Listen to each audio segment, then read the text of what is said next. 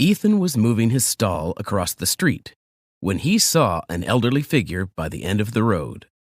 It was already dusk, and Ethan had to pay a little attention to see who that person was. He could see an older man lingering and moving here and there by the rear of the street. Ethan could comprehend that the older man was looking for something. He continued pushing his cart towards the end of the road, and with each step, his curiosity for that older man grew more robust. He could feel a deep connection between him and that older man. Ethan is 25 years old and runs his hot dog stall in the suburb. He has rented an apartment downtown. On Saturday, when he returned from work, he saw this confused older man. The older man went from one shop to another, asking for something, but everyone looked with pity on him. Ethan closely observed him as he dragged his stall nearer the end of the street. As he reached the corner of the road from where he had to turn towards his apartment, the older man was sitting on a block by the side of the street. He was shivering with cold and was weeping. Ethan stopped his cart and went towards the older man. He asked why he was sitting there, but the older man did not reply. Ethan could not resist helping that man. He offered the older man that he could stay with Ethan. Ethan believed that the older man was a homeless person. The older man moved in with Ethan. Ethan opened the door, brought in the stall, and closed the gate. He hurriedly moved towards his bed and settled in for the older man.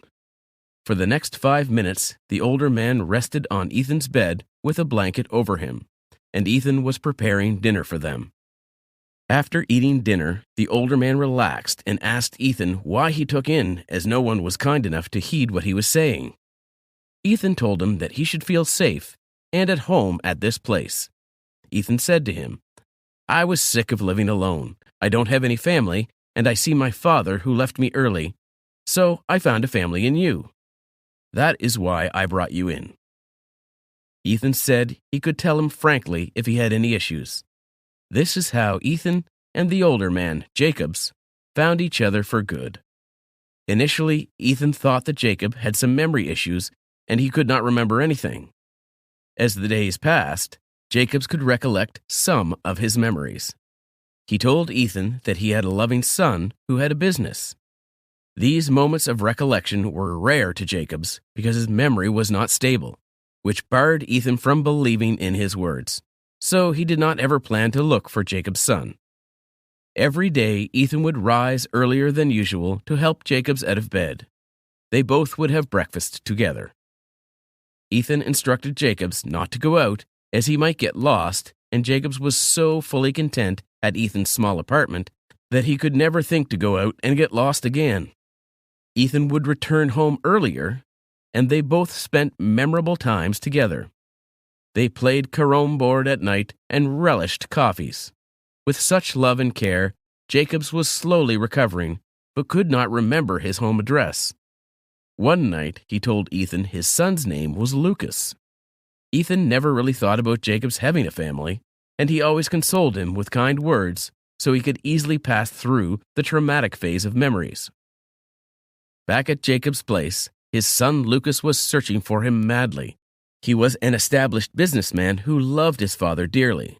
After the death of his mother, he found his father in bad mental health.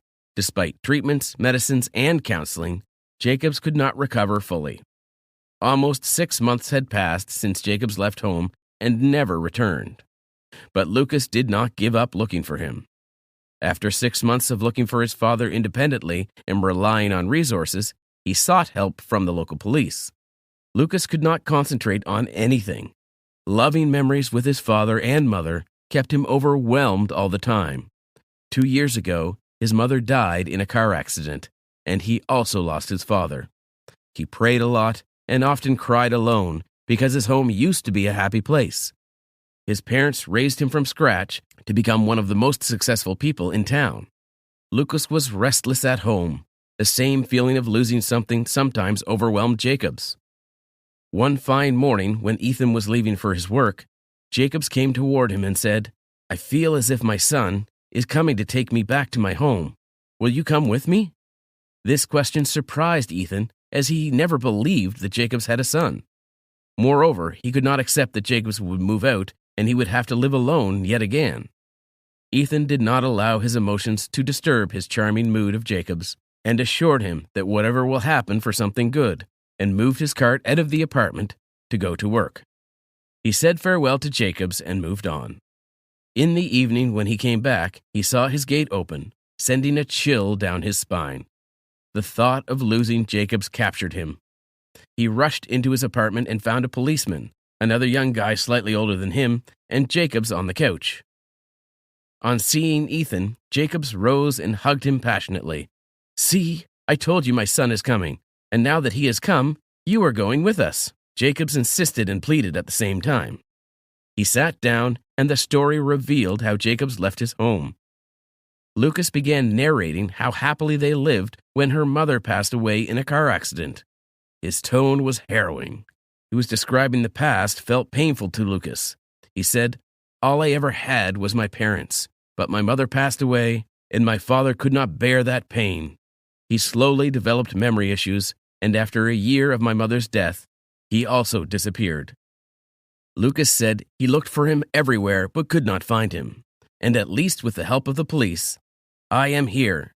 Ethan thought that Lucas must consider that perhaps he kept Lucas's father on purpose. Seeing disturbance on Ethan's face, Lucas smiled and said, "Don't you worry. My father has told me everything you did for him. Even I feel ashamed that I could not develop such a bond with him after my mother's death." A sight of relief was seen on Ethan's face. Being at ease now, Ethan said, "I also got attached to him so much. After meeting him, I found a new purpose in my life, and we have lived quite a happy time these past months." Lucas could see how comfortable his father was with Ethan, so he offered, "I want to take you with me to our home. I am not pitying your condition, but don't you think we have found a family in each other?" Ethan was shocked at these words. He did not know what to say. "I appreciate your kind gesture, but how would you share my burden? I have work to do here at my stall for my earnings. I cannot relocate to an entirely new place." Ethan showed his concerns. This time, Jacobs intervened and said, "The way you took care of me as your father, likewise I will reciprocate you that, and from now onwards I have 2 sons." Everyone chuckled softly and began preparing to move to Jacob's place. Ethan did not know precisely at that time if his decision was correct, but the time proved to him that he had made a perfect decision in his life. When they arrived at the gate of Jacob's house, Ethan was awe-inspired by the building. At times, when Jacobs used to tell him about his son, their business and home, Ethan never really believed in him, but seeing the grand building with his own eyes proved Jacobs right. They moved in, and Ethan got his room. In the days to come, Ethan joined Lucas's office and began working a white-collar job. Jacob's home was happy again. They lived together, ate together, and sat awake late at night, gossiping and enjoying their moment. With Ethan's presence at home, Lucas and Jacobs got a reason to connect again. Jacob's health recovered, and Lucas's pain of losing his mother was slowly vanishing. One evening, when they were sitting on the lawn having their tea, Jacobs looked towards Lucas and said, "Would you mind if I pronounce my will now?" Lucas was eager to hear these words from his father. "Yes, father, we both are waiting to listen to your words." This pleased Jacobs because Lucas did not alienate Ethan on such an important matter. Jacobs continued, "So as I have owned Ethan, therefore he is your half-brother, and I want my estate to be divided amongst you equally." Ethan was a bit embarrassed here because they had already done so much for him. He said, "I don't want to take anything from Lucas, what is rightfully his." Lucas cut him and said, "Come on, Lucas. You are not taking anything from me. Instead, I would love to repay you for the efforts that you have made for us." Ethan said nothing more, but was happy and excited for yet another massive change in his life that he hoped would bring more happiness and pleasure to him. The following week, the property was divided, and Ethan led half of Jacob's business. He was more than just grateful for the kindness of Jacobs and Lucas. Despite old age, Jacobs got back to his characteristic rigor and enthusiasm. He was active and happy.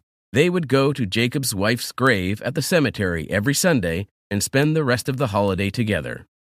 One Sunday, Ethan did not come with them to the graveyard and excused them for an urgent task. Jacobs was disturbed for sudden excuse by Ethan, but what Ethan brought in the evening left them happier than before. As Ethan entered home, Jacobs and Lucas were waiting for him. With him was a pretty girl named Jade. He was smiling under his lips. Lucas was bashing at her sight and could not resist his smile.